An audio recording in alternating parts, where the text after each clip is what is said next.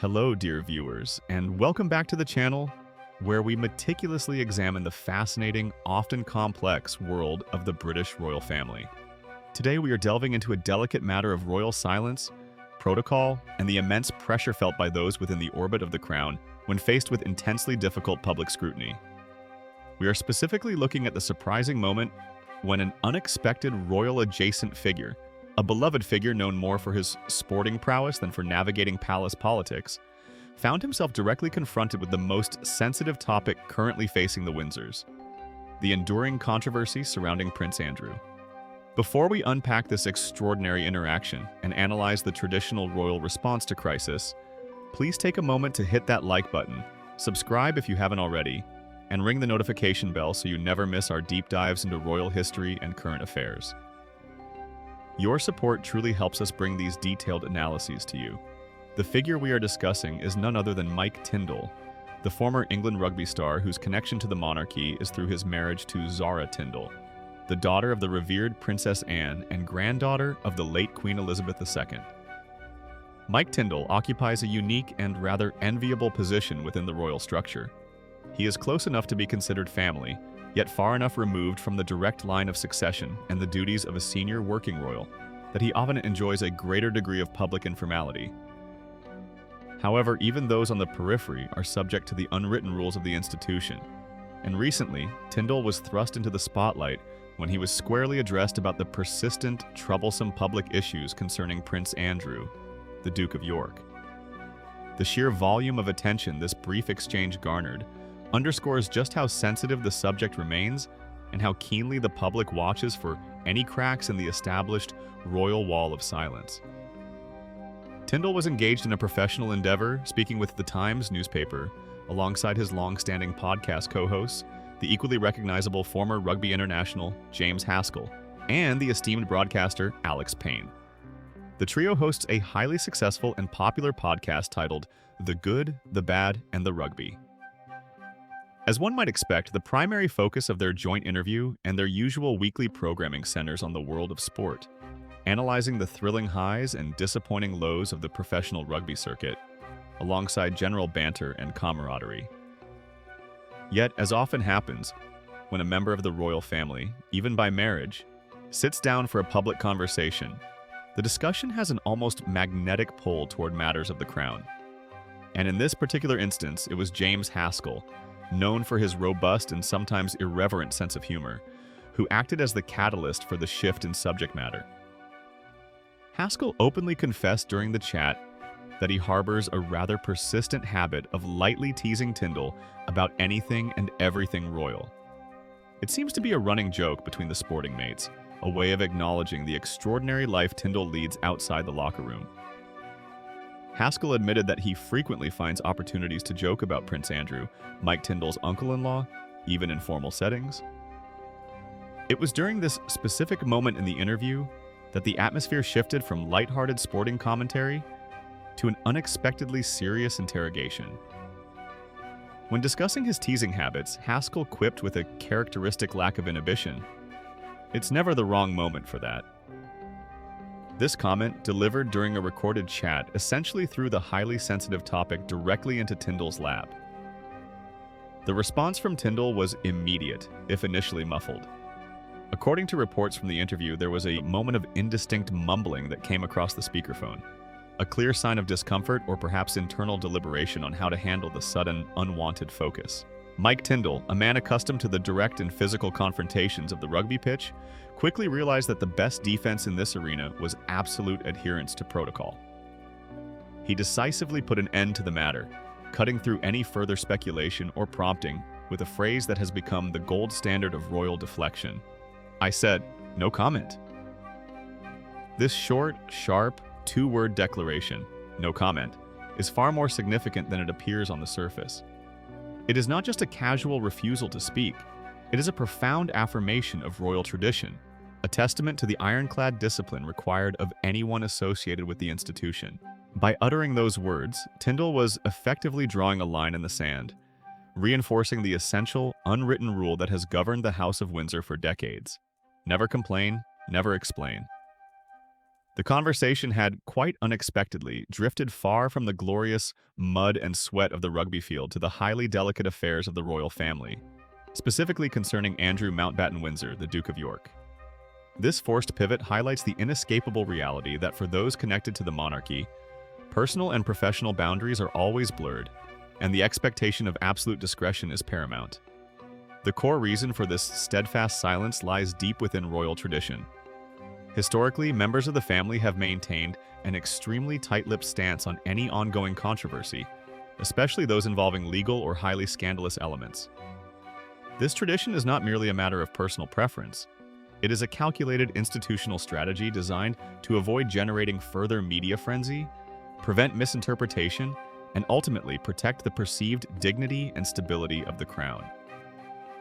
Any comment, even a seemingly innocuous one, can be twisted, scrutinized, and used to fuel further negative narratives, thus risking public controversy that could undermine the monarchy's apolitical position. Tindall's response, therefore, was not merely his personal choice, but a reflection of the systemic discipline ingrained in the family unit, discipline that even an in-law, a non-titled member, must adhere to strictly. This episode involving Mike Tindall provides a crucial contrast to another recent moment, where a senior member of the family was forced to navigate similar treacherous waters, namely Prince William, the Prince of Wales and future monarch. While Tindall employed the strategy of absolute silence, William demonstrated the second, equally important royal strategy, the strategic pivot. Prince William, during a significant overseas trip to Brazil, was interviewed by the highly respected and experienced international journalist Christiane Amanpour of CNN. Amanpour, known for her probing questions and refusal to shy away from difficult topics, directly asked the Prince of Wales about the recent change within his family. This was a carefully worded question, designed to elicit a response regarding the recent upheavals, including the ongoing issues surrounding Andrew and the broader shifts in the working structure of the monarchy following the death of Queen Elizabeth II and the accession of King Charles III. The moment was highly charged, and the world was watching for any indication of William's personal feelings or institutional perspective on the internal dynamics. Prince William, however, executed a masterful and textbook example of royal deflection. He refused to engage with the personal or controversial elements of the question, instead choosing to steer the conversation sharply toward his public work and charitable endeavors. A tactic that immediately shifts the focus from family drama to royal duty and service.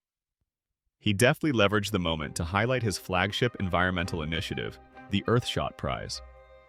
He framed the initiative as the definitive evidence of positive, meaningful change within the family's sphere of influence. "I think the Earthshot Prize is a classic example of change," William stated firmly. He continued, drawing a direct contrast between discussion and action. "Rather than talk about it, we're doing it." This statement is potent. It implies that while the media and the public may be obsessed with internal gossip and personal dramas, the royal family's true focus, and where their energy is best spent, is on tangible, positive action for the globe. William elaborated further, making sure to position himself as a facilitator rather than the central hero. This is a key element of the modern monarchy's public relations strategy, to shift the focus away from the individual royals and onto the people they support. "That's where I want it to be," he emphasized, "is that these people in here are the true, actual heroes of our time. Change will come by backing them, not by what I do." The future monarch continued this theme, reinforcing his commitment to surrounding himself with innovators and agents of global betterment. "I want to surround myself with people who want to make change and do good in the world." Prince William's response was a clinic in royal professionalism. He acknowledged the concept of change without giving any oxygen to the personal scandals, effectively using a major global initiative to shield the family from uncomfortable scrutiny. He demonstrated that in the modern era, the best defense is a strong offense focused on actionable, inspiring projects. The contrasting approaches, Tindall's absolute silence versus William's strategic pivot, illustrate the two primary, accepted methods the Windsors used to navigate intense media pressure. Both methods achieve the same goal: maintaining institutional dignity and avoiding the pitfalls of engaging in public debate about highly sensitive internal affairs. In the midst of these challenging times, where protocol must be strictly observed and controversies constantly threaten to destabilize public perception, the role of figures like Mike and Zara Tindall becomes increasingly vital, even though they are not senior working royals. A source speaking to an outlet back in March 2024 described Zara and Mike Tindall using a compelling metaphor. They are, according to this insider, the glue of their generation of royals, no matter how serious the occasion. This description speaks volumes about their unique function within the larger family structure.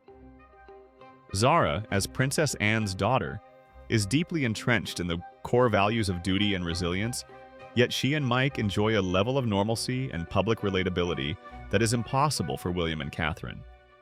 They have no HRH titles, they work outside the formal structure of the monarchy, and they are generally seen as more relaxed and accessible. This informal status allows them to act as a crucial stabilizing force. They provide a bridge between the highly formalized, often distant world of senior working royals and the realities of modern life.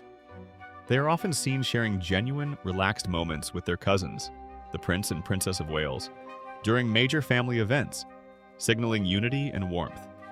The glue metaphor suggests that Zara and Mike provide necessary emotional connection and normalcy, especially during periods of high tension or crisis, ensuring that personal relationships within the family remain intact, despite the institutional pressures and public controversies swirling around figures like Prince Andrew. Their ability to remain down to earth and maintain strong ties across the generational divide makes them invaluable assets for the long-term cohesion of the family unit. They are the non-official ambassadors of stability and normalcy, ensuring that the human element of the royal family does not entirely dissolve under the weight of tradition and intense media scrutiny. In conclusion, the brief two-word declaration by Mike Tindall, "No comment," was not merely an off-the-cuff remark. It was a powerful, institutional response demonstrating the unshakable discipline required to maintain the royal wall of silence regarding the ongoing controversy surrounding Prince Andrew.